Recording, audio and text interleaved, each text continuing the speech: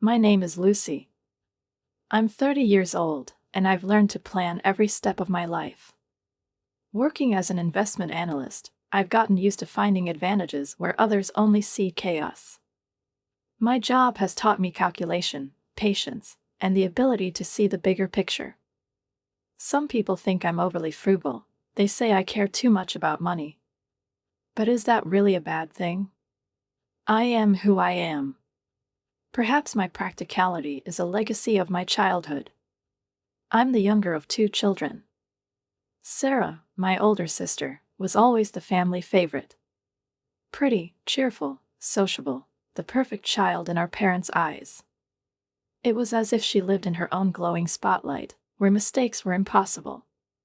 I'm not saying our parents treated me poorly, but their favoritism was obvious. Sarah never had to prove her worth, while I, on the other hand, realized from a young age that I would have to work for everything I wanted. Sarah married Tom right after college. He works in construction management, and their life seemed to fit the mold of a perfect family idol. Now they have 3 kids, Emma, Lucas, and little Joey. I love my nieces and nephews. They're wonderful, but Sarah never misses an opportunity to complain about the difficulties of motherhood. Their cramped rental apartment, the noise, the tantrums, it all turns into an endless monologue about how hard her life is. I listen, I understand, I sympathize, but sometimes I catch myself thinking, you chose this life, so why complain? I've been luckier. I live in a cozy 1-bedroom apartment that belongs to my best friend Jenny's family. That apartment was my sanctuary when I first moved in. As an adult, I quickly understood that financial independence starts with learning to live within your means. I cooked at home, packed lunches for work, and chose the bus over taxis. These small habits not only solidified my frugality but also laid the foundation for my future. My colleagues often teased me, calling me absurdly thrifty. But I had a plan. I dreamed of owning my own home, a place where I could feel secure, where everything around me would be mine. The idea of a country house ignited in me during the pandemic, when working from home became the norm. Most of my team moved away from the chaos of the city, and I wanted to find my own quiet retreat too. Last week, I finally made the leap. Opening my savings account, I felt a sense of pride. Years of scrimping and saving had paid off. I had enough for a down payment on a house. I spent hours browsing real estate websites, imagining how I would decorate my little fortress. All I needed was a simple but cozy place where I could live peacefully, far from the noisy streets and endless family expectations. That day, I was glued to my computer, searching through listings, when my phone rang. The screen lit up with a familiar name, Mom. Her calls always had impeccable timing. It was as if she knew when I was just about to do something important. "Lucy, dear, don't forget we're expecting you on Saturday," Mom said, her voice carrying a gentle but unmistakable tone of command. "Sarah, Tom, and the kids will be there, so please try not to be late." I exhaled heavily. Family dinners were always something of an ordeal. My parents would inevitably talk about Sarah's successes, her wonderful children, and how perfectly her life was unfolding. Meanwhile, I would once again fade into the background of her achievements. But saying no wasn't an option. One Saturday, I arrived at my parents' house at exactly 5:05 p.m., as requested. The driveway was, as usual, crammed with cars. Sarah's minivan was parked in the prime spot, half blocking the walkway to the entrance. I parked on the street, muttering under my breath, typical. That habit of claiming all the space, as if asserting her status as the older sister, had annoyed me since childhood. As I approached the door, the familiar chaos greeted me. Emma and Lucas were racing around the house, shouting at the top of their lungs, their footsteps sounding like a herd of elephants. Joey, of course, was joining in. His high-pitched squeals filled the house, creating a kind of cacophony that instantly gave me a headache. "Lucy's here," Sarah announced without even looking up. She was busy trying to feed Joey mashed potatoes. His tiny hands were flinging the food everywhere, splattering it on the table and her t-shirt.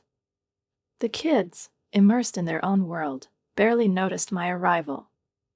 Mom, on the other hand, was bustling between the kitchen and dining room, issuing instructions. Dad, as always, was settled in his favorite armchair with a newspaper in hand. "Everything's getting more expensive these days," he grumbled from behind the paper. "Have you seen gas prices? It's daylight robbery." Tom, as usual, chimed in while stabbing another bite of lasagna with his fork. "Tell me about it. Yesterday at work, my boss turned everything upside down at the last minute. He came in and changed the entire schedule without even consulting the team." Sarah nodded along with her husband, all the while trying to fasten Joey's bid. "Well, at least you can get out of the house," she snapped. "Try being stuck in a tiny apartment with these three all day long." It was the perfect moment to slip under the radar. Under the table, I pulled out my phone and started browsing listings again. One cottage caught my eye: 2 bedrooms, a spacious kitchen, a gorgeous garden. The price was within my budget. I got lost in the photos, imagining how I would set up the space, when suddenly, I felt someone's gaze fixed on me. "Lucy, what's so interesting over there?" Mom's voice broke through. "You haven't even touched your food." Everyone froze and turned to look at me. My cheeks flushed red. I could have lied and said it was work, but for some reason, I decided to tell the truth. "Actually, I'm looking at houses," I admitted. "I'm thinking about buying one." The silence was so deafening that even the kids stopped what they were doing. Sarah stared at me in surprise, her fork frozen halfway to her mouth. Tom stopped mid-sentence. "A house?" Mom repeated, as if she hadn't heard me correctly. "Yes." I immediately regretted my honesty, feeling the awkwardness thickening the air. "I'm just browsing, nothing definite." "What kind of house?" Sarah asked sharply, her tone almost confrontational. "I haven't decided yet," I replied evasively, pretending to focus on the lasagna. "By the way, Mom, the lasagna is amazing. Did you change the recipe?" But it didn't help. I could feel their thoughts swirling, invisible but palpable. My parents exchanged one of their meaningful looks. Sarah threw Tom quick glances, as if they were having a silent conversation. Soon enough, the chaos of dinner resumed. Emma and Lucas started running around the house again. Joey shouted something incomprehensible. Dad returned to his newspaper, and Tom resumed complaining about his boss. But something felt off. Beneath the surface of their usual roles, there was tension, as though everyone was quietly processing my words. The rest of the evening passed in a strange atmosphere. Even as I was leaving, I couldn't shake the feeling of being watched, as though I had unknowingly disrupted some long-established order. The week flew by, and I almost forgot about the odd tension at the family dinner. Work consumed me completely. The days blurred together in a monotony of endless meetings, report analyses, and negotiations. In the evenings, after finishing urgent tasks, I would sit at my computer, researching mortgage rates, property taxes, and the ins and outs of buying a country house. What had started as a fleeting thought was now taking shape. On Wednesday, during yet another Zoom meeting, my phone began vibrating insistently. The name on the screen, Mom. I let it go to voicemail, assuming it wasn't urgent. But a few minutes later, the phone vibrated again. And again. And again. 3 times in a row. Finally, during my lunch break, I gave in and called her back, already bracing myself for something trivial like, the neighbor's cat got stuck on the roof. "Lucy." Mom's voice was practically bursting with excitement. "I found the perfect house for you. You won't believe how wonderful it is." I sighed and set my fork down, already feeling a headache forming before she even got into the details. "Martha, remember Martha from church? She told me about this house in her neighborhood. It's an absolute paradise. Mom was talking so fast I could barely keep up. It has 4 bedrooms. No, wait, maybe 5. The master bedroom is enormous. And there are these adorable children's rooms with built-in closets. And there's a playground in the backyard, can you imagine? A playground. And St. Mary's School is just 5 minutes away, and the library, too. Mom, I began, pressing my fingers to my temple to calm the growing ache. I never asked you to find me a house. But her torrent of words was unstoppable. She described this house as if she could already see me living in it, setting up a nursery for imaginary children I didn't even have. I appreciate your concern, I finally said when she paused for a moment, but that's not what I'm looking for. There was a pause on the other end of the line, heavy with confusion. What do you mean? Mom asked cautiously. I took a deep breath, trying to keep my tone calm. Mom, I don't want a big family home. I want a small, cozy country house where I can live alone. Something quiet, away from the city. Don't be ridiculous, Lucy, she snapped, irritation creeping into her voice. You can't just think about yourself. You need to plan for the future. Mom, I know what I need, I replied firmly. And it's definitely not 5 bedrooms and a playground. Well, don't come crying to me when you realize I was right, she said sharply before hanging up. I stared at my phone, feeling a mix of frustration and guilt. But I didn't have much time to dwell on it. My phone buzzed again. This time, it was Sarah. Hey, sis, check this out, read her message, accompanied by links to real estate listings. Every house was enormous, with multiple bedrooms, bathrooms, spacious yards, and located in the best neighborhoods. I politely replied, thanks, but I'm looking for something smaller, in the countryside. Sarah's response came instantly. But these are such great deals. Just look, she wrote, attaching a few more links. One of the houses even had guest apartments. Throughout the day, more messages kept coming. With each new link, the houses grew larger, more luxurious, and increasingly family-oriented. I couldn't focus on work or my own thoughts. My phone buzzed, vibrated, and lit up with notifications, demanding my attention like a relentless intruder. By the end of the day, I wanted nothing more than to turn off my phone and escape from all the overbearing help, which seemed to only pull me further away from my dream.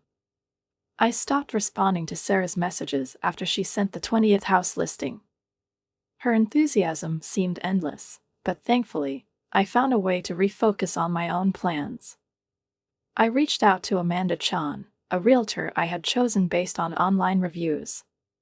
Her clients praised her for her attentive approach and ability to find homes that perfectly matched their needs. That was exactly what I needed. I'm looking for a small, cozy house, I explained to her during our first meeting. Somewhere outside the city, but not too far, with good internet so I can work remotely. Ideally, it would have a garden, not too big, but enough space to grow herbs and vegetables. And, of course, something within a reasonable budget. Amanda's eyes lit up, and she immediately started searching for something suitable. I think I've got just the thing for you, she said after a few minutes. This house just went on the market yesterday. Would you like to see it this weekend? By Saturday, I was sitting in the passenger seat of her car. We drove down a quiet country road before turning onto a gravel driveway. The moment I saw the house, something clicked inside me. It was perfect. In front of me stood a charming cottage with 2 bedrooms, white curtains in the windows, and dark green shutters. 2 antique rocking chairs sat on the wide front porch, and tall maple trees cast a cool shade over the yard. Amanda showed me around the house. The living room was bright, with large windows that let in soft sunlight. One of the walls featured a beautiful old wood-burning fireplace.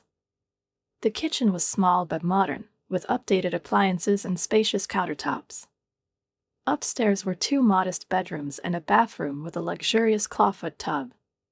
But the deciding factor for me was the sunroom. The windows on 3 sides overlooked a well-kept garden with raised beds already planted with herbs and a small greenhouse in the corner. "The owner is eager to sell quickly," Amanda mentioned as we stood in the sunroom. "If you're ready, they're willing to offer a 5% discount." I hardly needed to think about it. "I want this house," I declared, feeling a wave of happiness wash over me. The following week was a whirlwind of paperwork, mortgage applications, and negotiations. I made a large down payment to reduce my monthly costs. Every night, I fell asleep looking at photos of my future home, imagining how I'd arrange the furniture and what I'd plant in the garden. When the deal was finalized, I felt like I was walking on air. I decided it was time to tell my family, despite their previous attempts to interfere. The next Saturday, I headed to my parents' house for dinner, barely able to contain my excitement. As usual, Sarah and Tom were already there with the kids. We sat down at the table, and Mom served her signature stew. The conversation followed its typical rhythm. Tom complained about work, Sarah grumbled about the challenges of raising kids, and Dad grunted something about rising prices. I sat quietly, waiting for the right moment to share my news. Suddenly, Mom turned to me with a mysterious smile that always made me wary. "Oh, Lucy, I'm so glad you're here," she began. "I just spoke to Barbara, our neighbor. She's selling her house. You remember it, don't you? It's absolutely perfect for you. If we make her a good offer, she's willing to consider selling." I almost laughed at the absurdity of it, but instead, I firmly replied, "Mom, thank you, but I don't need Barbara's house. I've already bought a house." The entire table froze. There was the sound of a fork clattering onto a plate. Even the kids went quiet. Sarah raised her eyebrows, and Tom looked as if he wasn't sure he'd heard me correctly. "You what?" Mom finally asked, her voice trembling with surprise. "I bought a house," I repeated. "A small cottage in the countryside." The silence at the table grew heavier. Emma, one of Sarah's daughters, began fidgeting in her chair, but even that didn't break the tension hanging in the air. I took a deep breath, trying to steady myself. Their faces, full of righteous indignation, irritation, and even a kind of reproachful disappointment, felt like they were burning into me. I tried to explain how much this house meant to me, but it felt as though my words slipped past them like water through fingers. "It's a beautiful cottage," I began, keeping my voice calm even though my insides churned. "It's only 40 minutes from the city. 2 bedrooms, a cozy living room with a fireplace, a kitchen, a sunroom, and a garden. And it even has a greenhouse. Can you imagine? A greenhouse. I'll be able to grow my own vegetables and herbs." I was speaking with enthusiasm, but as soon as I finished my sentence, Dad suddenly slammed his fist on the table. The plates jumped, and Tom dropped his spoon. Joey immediately burst into tears, and Sarah reached out to comfort him, though she didn't look particularly alarmed. I froze, stunned by such an unexpected outburst. "Are you out of your mind?" Dad growled, his face red with anger. "How could you buy a house without consulting us?" "Wait, what?" I looked around the table in confusion. "Why would I need to consult you? It's my house. My money. My decision. How dare you say that?" Mom snapped, her voice trembling with emotion. "We've spent so much time searching for options for you. So much effort showing you perfect family homes, and you just went ahead and decided on your own without even asking us." Her face turned a troubling shade of red, as if I hadn't just bought a house but had committed some kind of personal, unforgivable offense. Her words, both their tone and their content, triggered a strange mix of anger and bewilderment inside me. "I don't understand," I said, trying to stay calm, though my voice wavered slightly. Why would I need to consult you about a house that's my own? Why does this bother you so much? Because it was all planned, Lucy. Mom shouted. Barbara's house was perfect. Right next to us. With plenty of space for everyone. Her voice cracked, and she paused dramatically. I frowned, sensing there was more to her words than she was letting on. Space for everyone? I repeated slowly, as if testing the words. The silence that followed was heavy. Mom and Dad exchanged tense glances.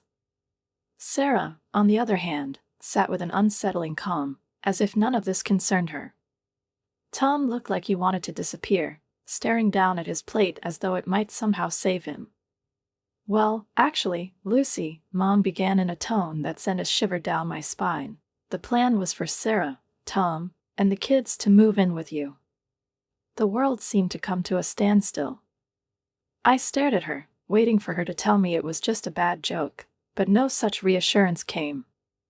Mom looked absolutely serious. You can't be serious, I finally managed, feeling a wave of emotions crash over me. It's been so hard for us, Lucy, Sarah interjected, looking at me as though her words were self-evident. The apartment is way too cramped. Emma and Lucas have to share a room, and Joey's crib is in our bedroom. It's just impossible. And your house, she smiled, as though she were discussing something completely ordinary. It would be perfect for us. Plenty of space for everyone. And, of course, if we didn't have to pay rent or utilities, we could finally start saving money. Her voice was soft, but there was a confidence in it, the confidence of someone who had already made up their mind long ago. So you all just assumed I was buying a house for Sarah and her family?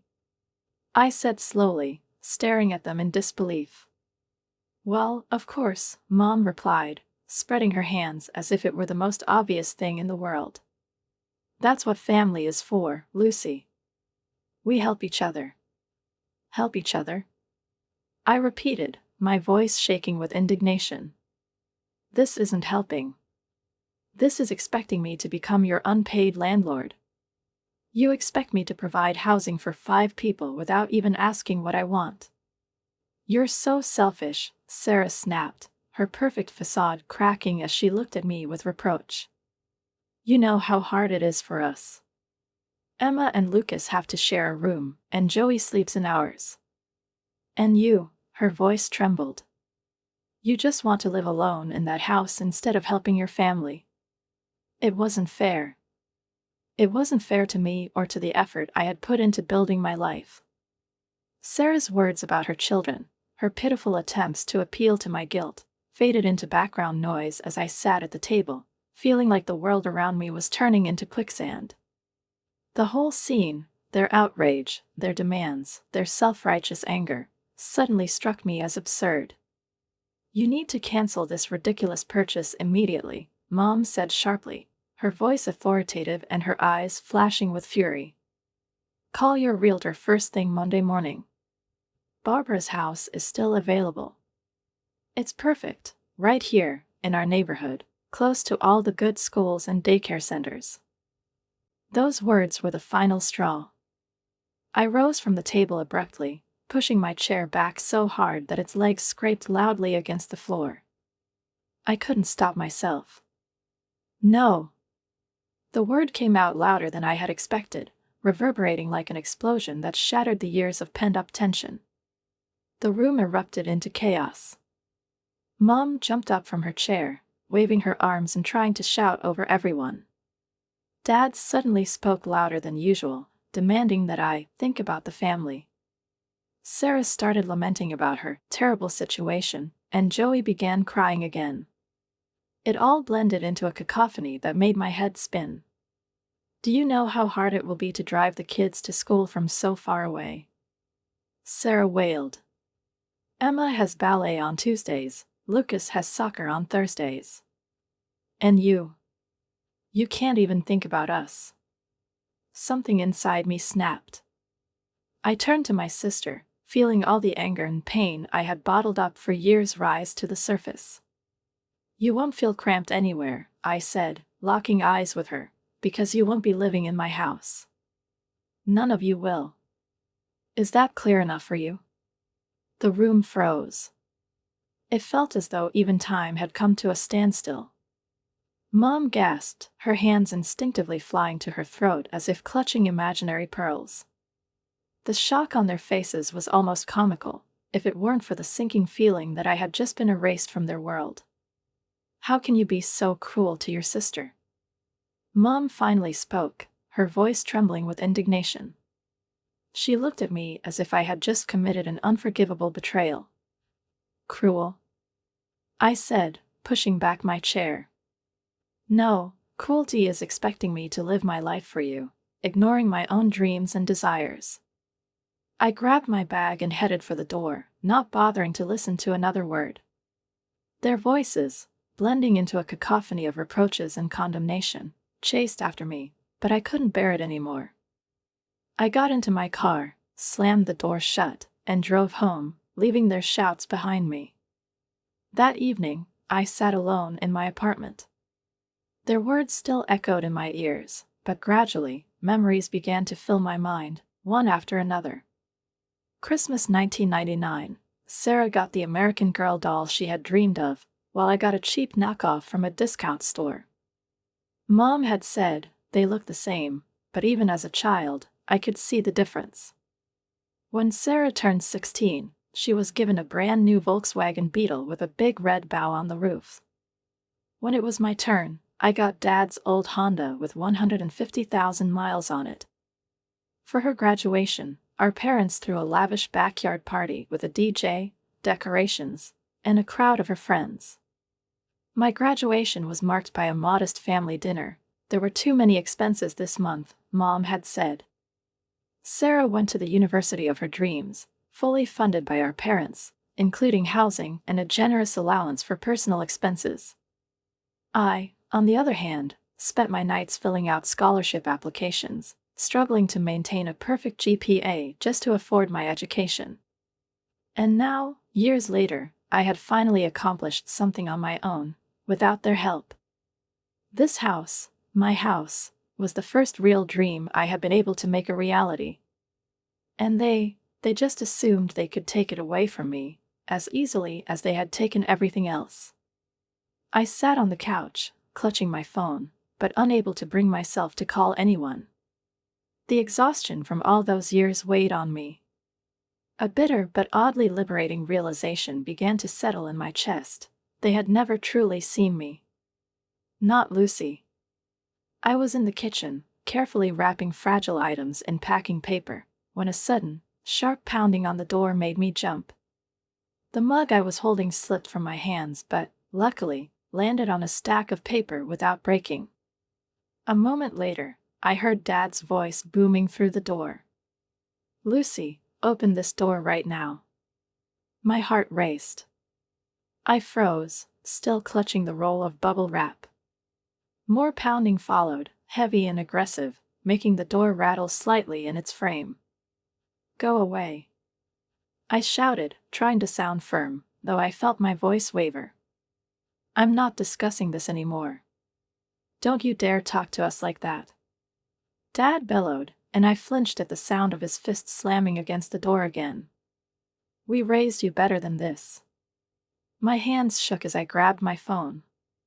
Taking a deep breath and forcing myself to stay calm, I spoke into the receiver, loud enough for them to hear through the door. "If you don't leave, I'll call the police." For a moment, there was silence. Then Mom's voice came through, cold as ice. "We'll leave. But this isn't over, Lucy. You're making a terrible mistake." I listened as their footsteps retreated down the hallway and finally allowed myself to sink to the floor, leaning against the wall. My heart was pounding, and my hands still trembled slightly. I thought this was the end of the drama. But how wrong I was. The first message from Sarah came an hour later. She sent a picture of Emma and Lucas, squeezed together on a bunk bed. The caption read, Look how little space they have. Emma can't even do her homework at a desk. I ignored it. But more messages followed. Sarah sent a photo of Joey's crib crammed into the corner of their bedroom. Her caption read, "He wakes up every time we go to bed. It's so unfair to him." When I continued not to respond, the tone of her messages turned sharper and more accusatory. They began coming at all hours, 2 a.m., 4 a.m., 6 a.m. One of them read, "You were always Dad's least favorite. I hope you're happy all alone in your big house while your nephews and niece are suffering." I blocked her number, then her social media accounts. But she found other ways. Sarah created fake profiles, messaged me from Tom's phone, and sent emails from new addresses. She even started sending text messages disguised as delivery notifications. When I thought the situation couldn't get any worse, the phone calls from others began. First, it was Aunt Marie. "Lucy, dear, I just heard about what's going on with your sister. Surely you can find it in your heart to help your family." Then Uncle Bob. "Sweetheart, family always comes first. You can't just leave them in such a difficult position." Next came my old high school teacher, Mrs. Peterson, who still saw my mom at church. "Lucy, I always thought of you as such a kind girl. But I'm disappointed. How could you do something like this?" The list went on. Colleagues, acquaintances from my past, even my parents' friends, all of them seemed to unite in accusing me of being heartless and selfish. No one stopped to ask why Sarah's problems had become my responsibility. After 2 weeks of these relentless attacks, I finally gave in. I went to my mobile provider's office and changed my phone number. I gave the new number only to my workplace and a few friends who understood my position and didn't interfere in the conflict. When I returned home afterward, the apartment was quiet.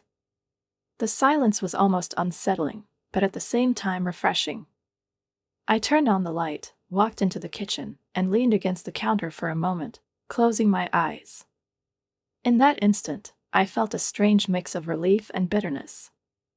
Their voices no longer rang in my ears, but the weight of the memories still pressed on my heart. Moving day was oddly calm, almost detached from the drama that had raged around me in recent weeks. I hired a moving company I hadn't used before, ensuring that no trace of my new address would end up in any database my family could access. The movers worked quickly and efficiently, and by sunset, I was standing in my new living room, surrounded by boxes and endless possibilities. That first night in my cottage, I sat on the porch with a cup of tea. The night air was filled with the scent of herbs and a gentle coolness, while crickets played their relentless symphony. I watched as the first stars appeared in the sky, feeling something within me finally begin to unwind. The moment was so quiet, so real, that I realized the tension I had carried with me for years had somehow melted away. Of course, the peaceful silence didn't mean the storm had completely passed. Every now and then, I saw Sarah's passive-aggressive posts on social media. They were filled with veiled references to the betrayal by family, ungrateful relatives, and the obligation to help. Relatives and family friends sided with her, leaving comments full of judgment. They viewed the situation entirely through Sarah's lens, never knowing my side of the story. But what surprised me the most was that it no longer affected me. Their words stayed outside the walls of my new home, my new sanctuary. I turned the second bedroom into a home office. I set up my desk and monitors so I could look out the window at a bird feeder. Every day, birds came to visit, small chickadees, sparrows, and sometimes even red-breasted robins. In the garden, I eagerly began working with the raised beds left by the previous owner. Herbs and vegetables started growing at an impressive pace, and each new sprout brought me a joy I hadn't felt in years. The greenhouse became my weekend project. I gradually filled it with plants, and the space came alive under my care. As I worked with the plants, I felt my thoughts calm, and the stress dissolve. At work, My newfound peace and organization didn't go unnoticed. My boss praised my productivity and entrusted me with greater responsibilities. Along with that came a promotion, which I accepted with gratitude, but without the feeling of dependence that had always accompanied my family's so-called support. I started enrolling in courses on investment strategy and financial management. These classes not only gave me new knowledge, but also a sense of confidence. I no longer heard the familiar dismissive comments like, "You're wasting your time," or "You should just focus on finding a husband." I was walking my own path, free from the weight of other people's expectations. Of course, there were moments when I missed the idea of family. Not the reality of my family, but the dream of a supportive, caring family, the kind it could have been. These dreams surfaced rarely and never lingered for long. When they became too strong, I reminded myself of the peace I had gained in exchange for the toxicity and constant control. In this neighborhood, I found what I had been looking for. The local gardening group welcomed me with open arms, and I quickly felt like part of their community. The neighbors were friendly but respected boundaries. No one tried to impose themselves or demand more than I was willing to give. My new friends knew me for who I was, not who my family had tried to make me. The irony was that I was probably closer to my parents' original dream of independent and successful daughters than Sarah was. They had raised us to strive for self-sufficiency, but had never expected me to be the one to achieve it. And they certainly hadn't anticipated that my independence would include breaking away from them. Sometimes I wondered how long it would take to rebuild a relationship with them, if it was even possible. But then I reminded myself, the best family you can have is the one you build for yourself.